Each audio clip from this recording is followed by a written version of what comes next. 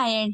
प्रिय भक्तों, आप सभी का हमारे भक्ति चैनल पर हार्दिक स्वागत है। श्री हरि विष्णु माता लक्ष्मी की कृपा आप पर और आपके परिवार पर सर्वदा बनी रहे। आज आप सभी श्रवण करेंगे श्री सत्यनारायण व्रत की कथा। श्री सत्यनारायण का व्रत करने से साधक के जीवन में सुख, समृद्धि और शांति, भगवान विष्णु की कृपा और आशीर्वाद प्राप्त होता है। श्री सत्यनारायण पूजक में किसी भी कार्य के लिए सर्वोत्तम माना जाता है। हिंदू धार्मिक मान्यता के अनुसार भगवान श्री सत्यनारायण का व्रत करने से और कथा पढ़ने अथवा सुनने से पुण्य फल प्राप्त होते हैं। श्री सत्यनारायण व्रत की पूजा भगवान नारायण का आशीर्वाद लेने के लिए की जाती है, जो भगवान विष्णु के रूपों में से एक हैं।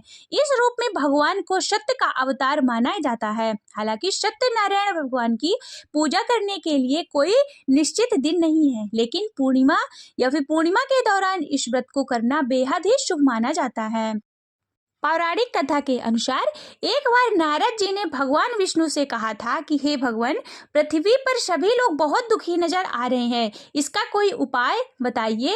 तब भगवान श्री हरि विष्णु ने कहा था, सत्यनारायण का व्रत करने से सबके कष्ट दूर हो जाते हैं। उन्होंने कहा था कि जो सत्य को ईश्वर समझकर उनकी पूजा करेगा, उसके सारे पाप कटकर दूर हो जाएंगे और शुभ फल की प्राप्ति होगी। श्री सत्यनारायण का व्रत रखने से भगवान विष्णु की कृपा से स्वास्थ्य, सुख, समृद्धि, धन, वैभव की प्राप्ति होती है। साथ ही यह भी माना जाता है कि इस दिन व्रत रखने से और पूरी श्रद्धा और विश्वास के साथ भगवान श्री सत्यनारायण की कथा का पाठ करने से सभी संकट दूर हो जाते हैं। शास्त्रों के अनुसार इस व्रत को करने से शुभ फल की प्राप्ति होती है। ऐसा माना जाता है कि पूजा की सुबह के साथ साथ शाम को भी की जा सकती है और शाम को सत्यनारायण की पूजा करना अधिक उपयुक्त माना जाता है। सत्यनारायण व्रत के दौरान पूरे दिन उपवास रखना चाहिए। व्रत के दिन सुबह स्नान करके साफ सुथरे वस्त्र धारण करें।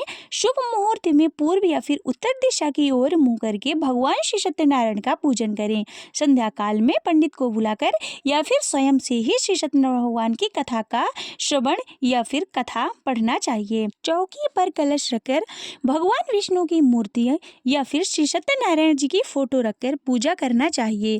भगवान को भोग में पंचामृत अत्यधिक पसंद है, इसलिए पंचामृत का भोग अवश्य लगाएं। पान, तिल, रोली, कुमकुम, फल, फूल, सुपारी, दुर्वा आदि अर्पित करें। घर पे शक्कर या गेहूं के आटे की पंजीरी अवश्य बनानी चाहिए। केले का फल अर्पित करें। सत्यनारायण भगवान की कथा सुनने के लिए परिवार के साथ अन्य भक्तों को भी शामिल करें।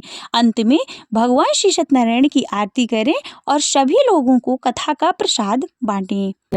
एक समय की बात है कि नौमिषारण्य तीर्थ में शौनकादिक 88,000 ऋषियों ने श्री सूत जी से पूछा कि हे प्रभु, कलयुग में विद्या रहित मनुष्यों को प्रभु भक्ति किस प्रकार मिल सकती है तथा उनका उद्धार कैसे होगा। हे मुनि श्रेष्ठ, कोई ऐसा तप बताइए जिसको थोड़ी समय में ही पुण्य मिले और मनवांछित फल की प्राप्ति हो जाए। इस प्रकार की कथा सुनने की हम लोग इच्छा रखते हैं। सभी शास्त्रों के ज्ञाता सूत जी बोले कि हे वैष्णवों, मैं पूज्य आप सभी के ने प्राणियों के हित की बात पूछी है, इसलिए मैं एक ऐसे श्रेष्ठ व्रत के बारे में आप लोगों को जरूर बताऊंगा जिसके बारे में नारद जी ने लक्ष्मी नारायण जी से पूछा था और लक्ष्मीपति श्री हरि ने नारद जी से कहा था कि अब आप भी इसे सुनिए। एक समय की बात है, नारद जी दूसरों के हित की इच्छा के लिए अनेकों लोकों में घूमते हुए मृत्यु लोक में जा पहुंचे। वहां उन्होंने अनेक योनियों में जन्मे सभी मनुष्यों को अपने कर्मों के अनुसार पीड़ा झलकते हुए देखा। उनका दुख देखकर नारद जी सोचने लगे कि ऐसा क्या किया जाए जिससे निश्चित रूप से मानव के दुखों का अंत हो जाए। इसी विचार पर मनन करते हुए वह विष्णु लोक में गए। वहां पर नारायण की स्तुति करने लगे और बोले कि हे भगवान, आप अत्यंत शक्ति से संपन्न हैं। निर्गुण स्वरूप सृष्टि के कारण भक्तों के दुख को दूर करने वाले आपको मेरा प्रणाम है। नारद जी की स्तुति सुनकर विष्णु भगवान बोले कि हे मुनिश्रेष्ठ, आपके मन में क्या बात है, उसे निसंकोच कहो। इस पर नारद जी बोले कि मृत्यु लोक में अनेक योनियों में जन्मे मनुष्य अपने कर्मों द्वारा अनेक दुख से दुखी हो रहे हैं। हे प्रभु, आप तो ये बताइए कि मनुष्य थोड़े ही प्रयास से अपने दुखों से कैसे छुटकारा पा सकते हैं। तब श्री हरि बोले कि हे नारद, मनुष्यों की भलाई के लिए तुमने बहुत ही उत्तम प्रश्न पूछा है। स्वर्ग लोक व मृत्यु लोक दोनों में एक दुर्लभ उत्तम व्रत है जो पुण्य देने वाला है। आप आज प्रेम वश होकर मैं उसे तुमसे कहता हूँ। श्री सत्यनारायण भगवान का व्रत अच्छी तरह विधि पूर्वक करके मनुष्य तुरंत ही यहाँ सुख भोग कर मरने पर मोक्ष पाता है। श्री हरि के वचन को सुनकर नारद जी बोले कि उस व्रत का क्या फल है प्रभु, और उसका विधान क्या है? यह व्रत किसने किया था? इस व्रत को किस दिन करना चाहिए? आप सब कुछ विस्तार से बताएं। नारद जी की बात सुनकर श्री हरि बोले कि दुख व शोक से दूर करने वाला, यह सभी स्थानों पर विजयी दिलाने वाला है। मानव भक्ति को व श्रद्धा के साथ शाम को श्री सत्यनारायण भगवान की पूजा धर्म परायण होकर करना चाहिए। ब्राह्मण और बंधुओं के साथ करने से के साथ साथ ही यथाशक्ति अनुसार भक्ति भाव से भगवान को भोग लगाएं, आरती गाएं और ब्राह्मणों सहित बंधु बांधवों को भी भोजन कराएं। उसके बाद स्वयं भोजन करें। कीर्तन भजन के साथ भगवान की भक्ति में लीन हो जाएं। इस तरह से सत्यनारायण भगवान का व्रत करने पर मनुष्य की सारी इच्छाएं निश्चित रूप से पूरी होती हैं। इस कलिकाल अर्थात कलयुग में मृत्यु लोक में मोक्ष का यही एक सरल उपाय है। इति श्री सत्यनारायण व्रत कथा प्रथमो अध्याय संपूर्ण। भजवन नारायणे नारायणे नारायणे श्रीमन्नारायणे नारायणे नारायण। दूसरा अध्याय। श्री सूत जी बोले कि हे द्विजो, अब मैं पुनः पूर्व काल में जिसने इस सत्यनारायण व्रत को किया था उसे भली भांति विस्तार पूर्वक कहूंगा। रमणीय काशी नामक नगर में कोई अत्यंत निर्धन ब्राह्मण रहता था। भूख और प्यास से व्याकुल होकर वह प्रतिदिन पृथ्वी पर भटकता रहता था। ब्राह्मण प्रिय भगवान ने उस दुखी ब्राह्मण को देखकर वृद्ध ब्राह्मण का रूप धारण करके उस द्विज से आदर पूर्वक पूछा कि हे विप्र, प्रतिदिन अत्यंत दुखी होकर तुम कहाँ पृथ्वी पर भ्रमण करते रहते हो? हे द्विज श्रेष्ठ, यह सब बतलाओ, मैं सुनना चाहता हूँ। भिक्षा के लिए ही ब्राह्मण बोला, हे प्रभु, मैं अत्यंत दरिद्र ब्राह्मण और भिक्षा के लिए ही पृथ्वी पर भ्रमण करता हूँ। यदि मेरी इस दरिद्रता को दूर करने का कोई उपाय जानते हैं तो कृपा पूर्वक बतलाइए। वृद्ध ब्राह्मण बोले कि हे ब्राह्मण देवता, सत्यनारायण भगवान विष्णु भगवान के अभीष्ट फल को देने वाला है। हे विप्र, तुम उसका उत्तम व्रत करो जिसके करने से मनुष्य सभी दुखों से मुक्त हो जाता है। व्रत के विधान को भी ब्राह्मण ने यत्न पूर्वक कहकर वृद्ध ब्राह्मण रूप धारी भगवान विष्णु वहीं पर अंतर्ध्यान हो गए। ब्राह्मण ने कहा कि उस व्रत को अच्छी प्रकार से वैसे ही करूंगा। यह सोचता हुआ उस ब्राह्मण को रात में नींद नहीं आई। अगले दिन प्रातःकाल उठकर सत्यनारायण भगवान का व्रत करूंगा, ऐसा संकल्प करके वह ब्राह्मण भिक्षा के लिए चल पड़ा। उस दिन ब्राह्मण को भिक्षा में बहुत सा धन प्राप्त हुआ। उसी दिन ने बंधु बांधवों के साथ भगवान सत्यनारायण का व्रत किया। इस व्रत के प्रभाव से वह श्रेष्ठ ब्राह्मण सभी दुखों से मुक्त होकर समस्त संपत्तियों से संपन्न हो गया। उस दिन से लेकर प्रत्येक महीने उसने यह व्रत किया। इस प्रकार भगवान सत्यनारायण के व्रत को करके वह श्रेष्ठ ब्राह्मण सभी पापों से मुक्त हो गया और उसने दुर्लभ मोक्ष पद को प्राप्त किया। हे विप्र, पृथ्वी पर जब कोई मनुष्य भी सत्यनारायण का व्रत करेगा तो उसी समय उसको समस्त दुख नष्ट हो जाएंगे। हे ब्राह्मणों, इस प्रकार भगवान नारायण ने महात्मा नारद जी से जो कुछ कहा, मैंने वह सब आप लोगों से कह दिया। आगे अब और क्या कहूँ? हे मुनि, इस पृथ्वी पर ब्राह्मण से सुनी हुई इस व्रत को किसने किया, वह सब हम सुनना चाहते हैं। उस व्रत पर हमारी श्रद्धा हो रही है। श्री सूत जी बोले कि मुनियों, पृथ्वी पर जिसने यह व्रत किया उसे आप लोग सुने। एक बार वह द्विज श्रेष्ठ अपनी धन संपत्ति के अनुसार बंधु बांधवों तथा परिजनों के साथ व्रत करने के लिए उद्यत हुआ। इसी बीच एक लकड़हारा वहां पर आया और लकड़ी बाहर रखकर उस ब्राह्मण के घर गया। प्यास से व्याकुल हो उस ब्राह्मण को व्रत करता हुआ देख प्रणाम करके उसने बोला कि हे प्रभु, आप यह सब क्या कर रहे हैं? इसके करने से किस फल की प्राप्ति होती है, सो विस्तार पूर्वक मुझसे कहिए। विप्र ने कहा कि यह सत्यनारायण भगवान का व्रत है जो सभी मनोरथों को को प्रदान करने वाला है। उसी के प्रभाव से मुझे सब महान धन धान्य आदि प्राप्त है।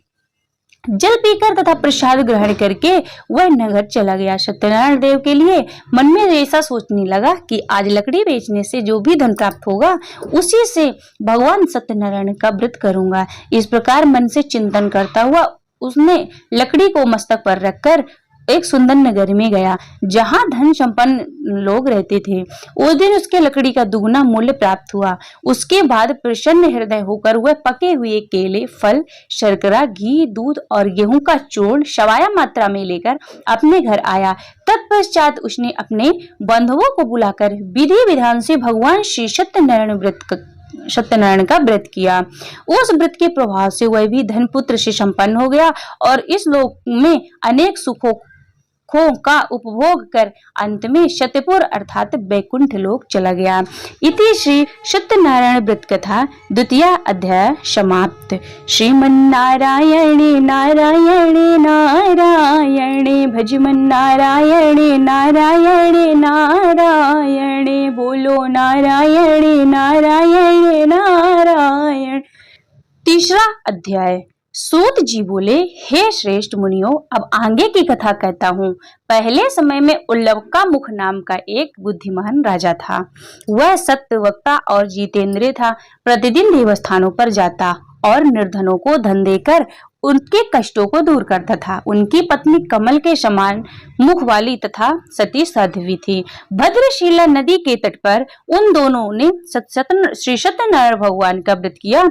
उसी समय साधु नाम का एक वैश्य आया।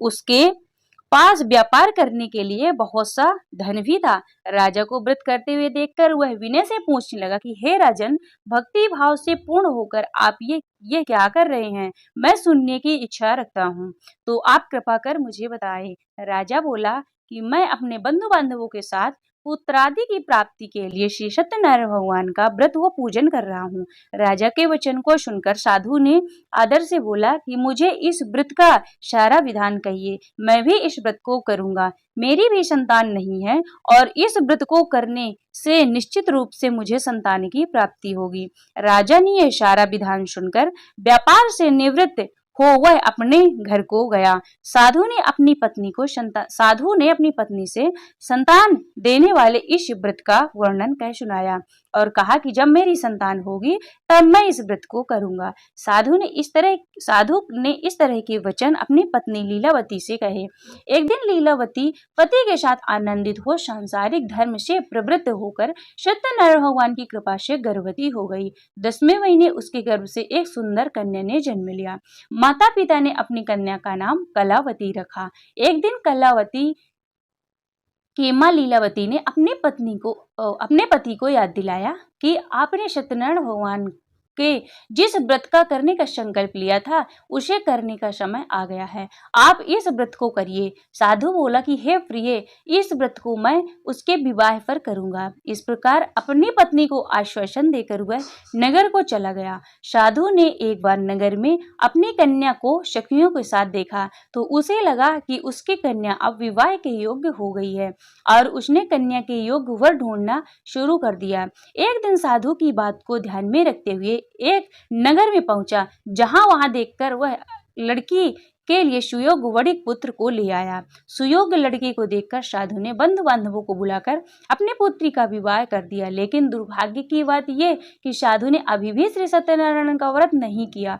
इस पर श्री सत्यनारायण भगवान क्रोधित हो गए और शाप दिया कि अपने कार्य में कुशल साधु बनिया जमाई को लेकर समुद्र के पास स्थित होकर रत्नापुर सार नगर में गया। वहां जाकर दमान ससुर दोनों मिलकर चंद्रकेतु राजा के नगर में व्यापार करने लगे। एक दिन भगवान सत्यनारायण की माया से एक चोर सारा धन चुराकर भाग रहा था और उसने राजा के सिपाहियों को अपना पीछा करते हुए देख चुराया हुआ धन वह वहां रख दिया जहां साधु अपने जमाई के साथ ठहरा हुआ था। राजा के सिपाहियों ने साधु वैश्य के साथ राजा का धन पड़ा देखा और वह उसे राजा के पास ले गए और कहा कि उन दोनों चोरों को हम पकड़ लाए हैं, आप आगे की कार्रवाई की आज्ञा दे। राजा की आज्ञा से उन दोनों को कठिन कारावास में डाल दिया गया और उनका सारा धन भी उनसे छीन लिया गया।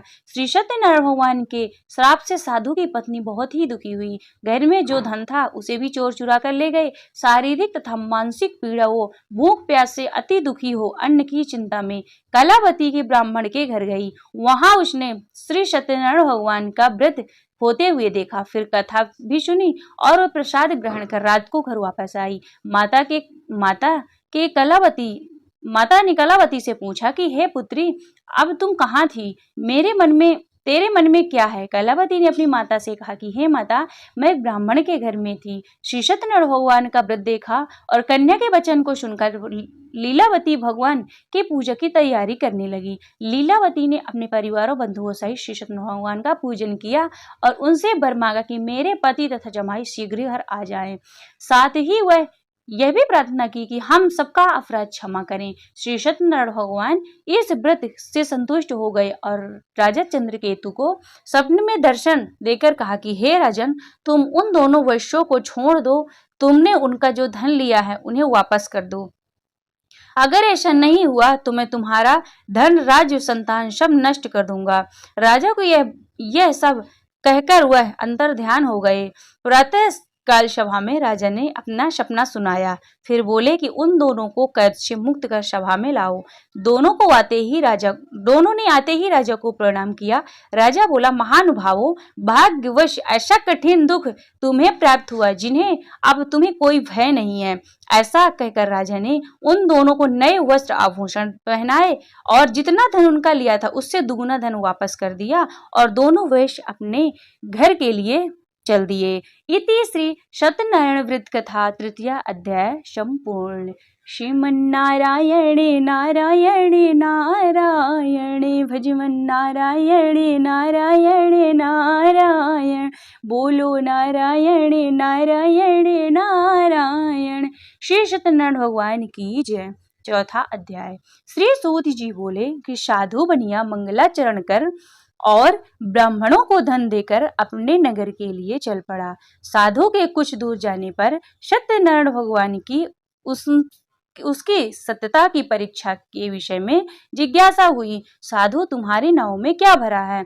तब धन से मद में चूर दोनों महाजनों ने अवहेलना से हंसते हुए कहा कि दंडी, ऐसा क्यों पूछ रहे हैं? क्या कुछ द्रव्य लेने की इच्छा है? हमारी नाव में तो लता और पत्ते भरे हैं। ऐसी निष्ठुर वाणी सुनकर तुम्हारी बात सच हो जाए, ऐसा कहकर दंडी सन्यासी को रूप धारण किए हुए भगवान श्री सत्यनारायण कुछ ही दूर जाकर समुद्र के समीप बैठ गए।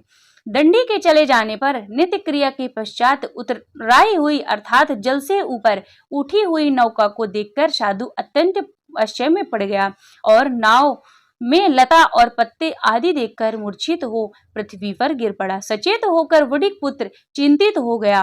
तब उसके दामाद ने इस प्रकार कहा कि आप शोक मत करें, दंडी ने श्राप दिया है, इस स्थिति में वही चाहे तो सब कुछ कर सकते हैं, इसमें संशय नहीं है, अतः उन्हीं की शरण में हम चलें। कहकर बारंबार प्रणाम करके वह महान शोक से आकुल हो गया। दंडी ने उसे रोता हुआ देखकर कहा कि अरे मूर्ख, रो मत, मेरी बात सुनो। मेरी पूजा से उदासीन होने के कारण तथा मेरी आज्ञा से ही तुमने बारंबार दुख को प्राप्त किया है। भगवान की ऐसी वाणी सुनकर वह उसकी स्तुति करने लगा। साधु ने कहा कि हे प्रभु, यह आश्चर्य की बात है कि आपकी माया से मोहित होने के कारण ब्रह्मा आदि देवता भी आपके गुणों और रूपों को यथावत रूप नहीं जान पाते हैं, फिर मैं मूर्ख आपकी माया से मोहित होने के कारण कैसे जान सकता हूँ? आप प्रसन्न हो, मैं अपनी धन संपत्ति के अनुसार आपकी पूजा करूंगा। मैं आपकी शरण में हूँ। मेरा जो नौका में स्थित पूरा धन है उसकी तथा मेरी रक्षा करें। उस बनिया की भक्ति युक्त वाणी को सुनकर भगवान जनार्दन संतुष्ट हो गए। भगवान हरि उसे अभीष्ट वर प्रदान करके वहीं अंतर ध्यान हो गए।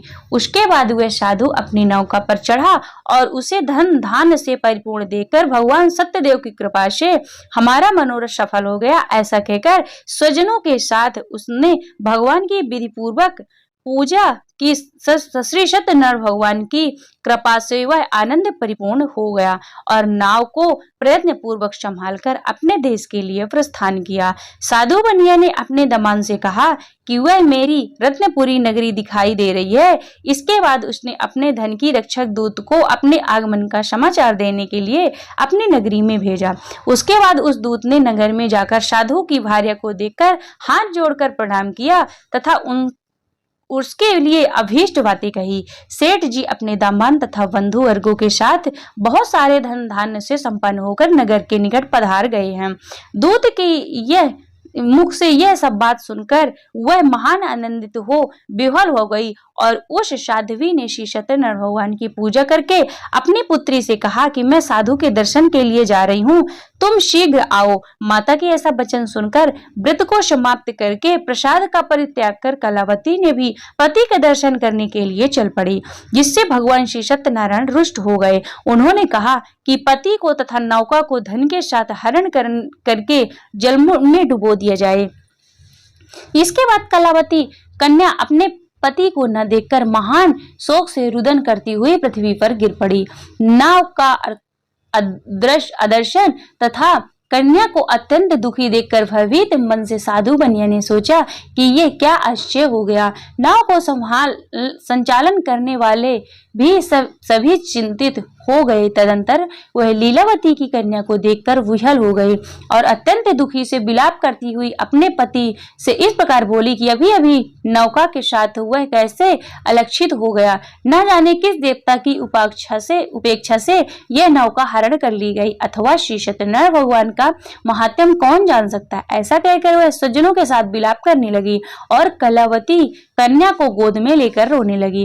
कलावती कन्या ने भी अपने पति के नष्ट हो जाने पर दुखी हो गई और पति की पादुका लेकर उसका आगमन करने के लिए उसने मन में निश्चय किया कि कन्या के इस प्रकार के आचरण को देखकर भार्या सहित वह धर्मज्ञ साधु बनिया अत्यंत शोक संतप्त हो गया और सोचने लगा कि यह तो भगवान श्री सत्यनारायण ने यह अपहरण किया है, अथवा हम सभी भगवान सत्यदेव की माया से मोहित हो गए हैं।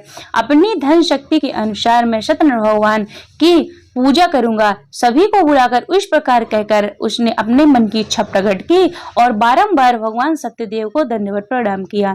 इससे दिनों के परिपालक भगवान श्री सत्यदेव प्रसन्न हो गए। भक्त वत्सल भगवान ने कृपा पूर्वक कहा कि तुम्हारी कन्या प्रसाद छोड़कर अपने पति को देखने चली आई। निश्चित ही इसी कारण इसका पति अदृश्य हो गया है। यदि घर जाकर प्रसाद ग्रहण करके यह पुनः आए तो साधु बनिया तुम्हारी पुत्री पति को प्राप्त करेगी, इसमें संशय नहीं है।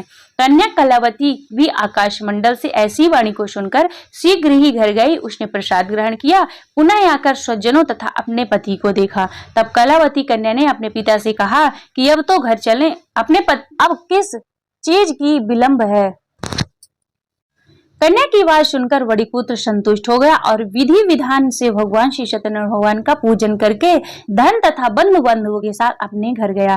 तदंतर पूर्णिमा तथा संक्रांति पर्व पर भगवान श्री सत्यनारायण का पूजन करते हुए इस लोक में सुख को भोग कर अंत में वह बैकुंठ लोक में चला गया। इति श्री सत्यनारायण व्रत कथा चतुर्थो अध्याय संपूर्ण। श्रीमन्नारायण नारायण नारायण भजमन नारायण नारायण नारायण बोलो नारायण नारायण नारायण बोलो श्री सत्यनारायण भगवान की जय।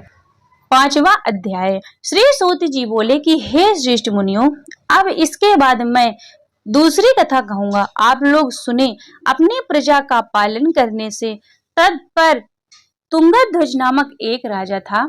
उसने सत्यदेव का प्रसाद का परित्याग करके दुख प्राप्त किया। इसके बाद वह वन में जाकर वहां बहुत से पशुओं को मारकर वट वृक्ष के नीचे आया। वहां उसने देखा कि गोप गण बंधु बांधवों के साथ संतुष्ट होकर भक्ति पूर्वक भगवान सत्यदेव की पूजा कर रहे हैं। राजा को यह देखकर अहंकारवश न तो वहां गया और न ही उसे भगवान श्री सत्यनारायण को प्रणाम किया। पूजन के बाद सभी गोपगण भगवान का प्रसाद राजा के समीप रखकर वहां से लौट आए और इच्छानुसार उन सभी ने भगवान का प्रसाद ग्रहण किया। इधर राजा को प्रसाद का परित्याग करने से बहुत दुख हुआ। उसका संपूर्ण धन नष्ट एवं सभी 100 पुत्र नष्ट हो गए। राजा के मन में निश्चय किया कि अवश्य ही भगवान श्री सत्यनारायण ने हमारा नाश किया है, इसलिए मुझे वहां जाना चाहिए जहां श्री सत्यनारायण भगवान की पूजा हो रहा है। ऐसा मन में निश्चय करके वह राजा गोपगढ़ों के समीप गया और उसके गोपगढ़ों के साथ भक्ति श्रद्धा से युक्त होकर विधि पूर्वक भगवान सत्यदेव की पूजा कि भगवान सत्यदेव की कृपा से वह पुनः धन और पुत्रों से संपन्न हो गया तथा इस लोक में सभी सुखों का उपभोग कर अंत में सत्यपुर वैकुंठ लोक को प्राप्त हुआ। श्री सूत जी कहने लगे कि जो व्यक्ति इस परम दुर्लभ श्री सत्यनारायण भगवान का व्रत करता है और पुण्यमयी तथा फल प्रदायिनी भगवान की कथा को भक्ति युक्त होकर सुनता है, उसे भगवान श्री सत्यनारायण की कृपा से धन आदि की प्राप्ति होती है। दरिद्र धनवान हो जाता है, बंधन में पड़ा हुआ बंधन से मुक्त हो जाता है, डरा हुआ व्यक्ति भय मुक्त हो जाता है। यह सत्य बात है कि इसमें संशय नहीं है। इस लोक में वह सभी सुख को और फलों को प्राप्त करके अंत में सत्यपुर वैकुंठ लोक को जाता है। ब्राह्मणों के इस प्रकार मैंने आप लोगों को श्री सत्यनारायण भगवान की व्रत को कहा, जिसे करके सभी मनुष्यों सभी दुखों से मुक्त हो जाता है। कलयुग में तो भगवान सत्यदेव की पूजा का विशेष फल प्रदान करने वाला है।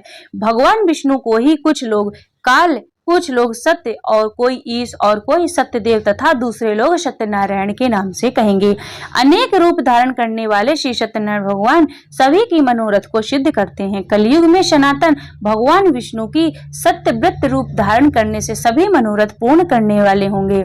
हे श्रेष्ठ मुनियों, जो व्यक्ति नित्य श्री सत्यनारायण भगवान की इस व्रत की कथा को पढ़ता अथवा सुनता है, भगवान श्री सत्यनारायण उनकी कृपा से उनके सभी पाप को नष्ट हो जाते हैं। हे मुनीश्वर, पूर्व काल में जिन लोगों ने भगवान श्री सत्यनारायण का व्रत किया, उनके अगले जन्म का वृत्तांत कहता हूँ, आप सुने। महान प्रजा संपन्न सतानंद नामक के ब्राह्मण सत्यनारायण का व्रत करने के प्रभाव से दूसरे जन्म में सुदामा नामक ब्राह्मण हुए और इस जन्म में भगवान श्री कृष्ण का ध्यान करके उन्हें मोक्ष की प्राप्ति किया। लकड़हारा भिल्ल गुहों का राजा हुआ और अगले जन्म में उसने भगवान श्री राम की सेवा करके मोक्ष को प्राप्त किया। महाराज उल्कामुख दूसरे जन्म में दशरथ बने, जिन्होंने रंगनाथ जी की पूजा करके अंत में वैकुंठ को प्राप्त किया। इसी प्रकार धार्मिक और सत्यव्रती के साथ साधु पिछले जन्म की सत्यव्रत के प्रभाव से दूसरे जन्म में मोरध्वज नाम का राजा हुआ और उसने आरे से चीर कर अपने पुत्र की आधी देह भगवान विष्णु को अर्पित कर मोक्ष को प्राप्त किया। महाराज तुंगध्वज जन्मांतर में स्वयंभू मनु हुए और भागवत संबंधी संपूर्ण कार्यों का अनुष्ठान करके वैकुंठ को प्राप्त हुए। जो गोपगढ़ थे वे सब जन्मांतर में व्रज मंडल में निवास करने वाले गोप हुए और सभी राक्षसों का संहार करके उन्होंने भगवान का संसत धाम गोलोक प्राप्त किया। इस प्रकार श्री स्कंद पुराण के अंतर्गत रेवाखंड में श्री सत्यनारायण भगवान की कथा का 5वां अध्याय संपूर्ण। बोलो श्री सत्यनारायण भगवान की जय। श्रीमन्नारायण नारायण नारायण भजवन नारायण नारायण नारायण। बोलो नारायण नारायण नारायण। बोले श्री सत्यनारायण भगवान की जय। श्री सत्यनारायण भगवान की आरती। जय लक्ष्मी रमणा स्वामी, जय लक्ष्मी रमणा सत्यनारायण स्वामी, सत्यनारायण स्वामी जनपातक हरणा। ओम जय लक्ष्मी रमणा। रत्न जड़ित सिंहासन अद्भुत छविराजे, स्वामी अद्भुत छविराजे। नारद करते निरंजन, नारद करते निरंजन, घंटा ध्वनि बाजे। ओम जय लक्ष्मी रमणा। प्रगट भय कलिकारण, द्विज को दर्श दिए, स्वामी द्विज को दर्श दिए। बूढ़ो ब्राह्मण बनकर, बूढ़ो ब्राह्मण बनकर कंचन महल कियो, ओम जय लक्ष्मी रमणा।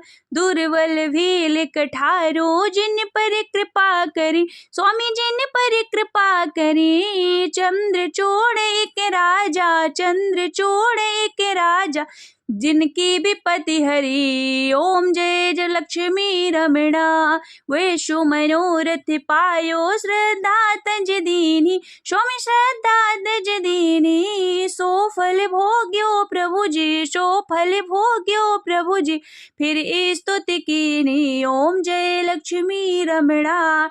भक्ति भाव के कारण छिन छिन रूप धर्यो, श्रद्धा धारण कीनी, श्रद्धा धारण कीनी, तिनके काज शरो। ओम जय लक्ष्मी रमणा।